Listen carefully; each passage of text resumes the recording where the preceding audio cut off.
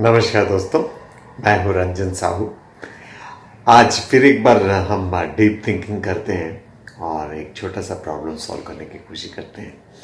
एक धनी आदमी, गांव का धनी आदमी, उसका अंतिम समय पास हो गया होता है, तो उसके तीनों बेटे को बुलाता है और कहता है कि बेटे, मैंने तो पहले से घर और सोना चांदी वगैरह तुम्हें बंटवारे कर दिया हूँ।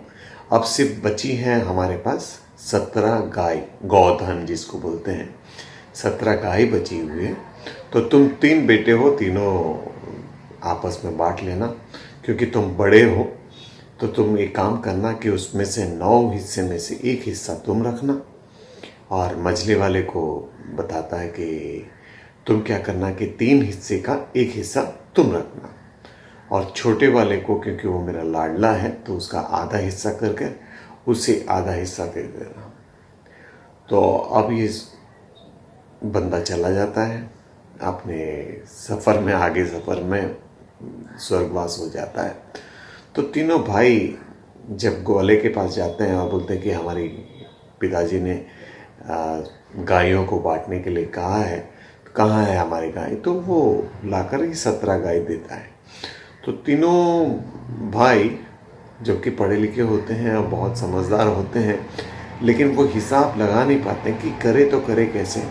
क्योंकि एक को पिताजी ने कहा है कि 9 हिस्सा कर कर एक हिस्सा रखना है बड़े वाले को, तो 17 का 9 हिस्सा तो हो नहीं सकता।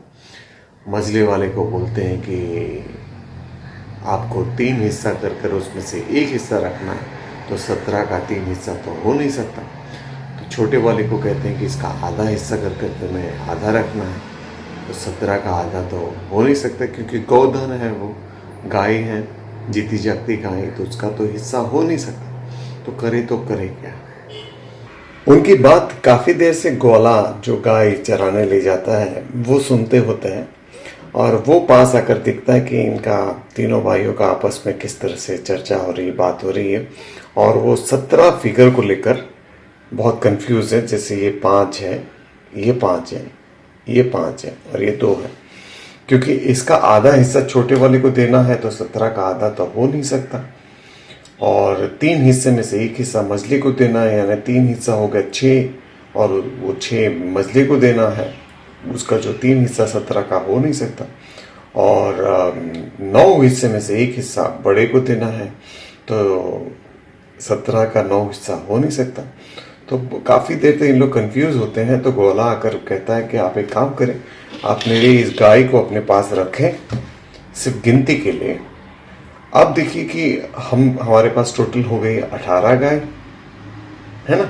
तो 18 गाय में से हमने क्या किया कि बड़े वाले को 18 का 9 हिस्सा कर दिया, उसमें से एक हिस्सा देना है, बड़े वाले को दे दिया 2। अब 3 हिस्सा करना है, जो कि 6 होता है, तो एक दे दिया मछली को, ये 5 और इसका 1, 6। ठीक है।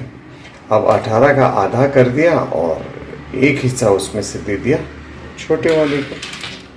ठीक है। अब देखिए, छोटे वाले के पास आ गया 9 गाय, मझले वाले के पास आ गया 6 गाय, और बड़े के पास आ गया 2 गाय। गोला अपनी गाय लेकर चला जाता है।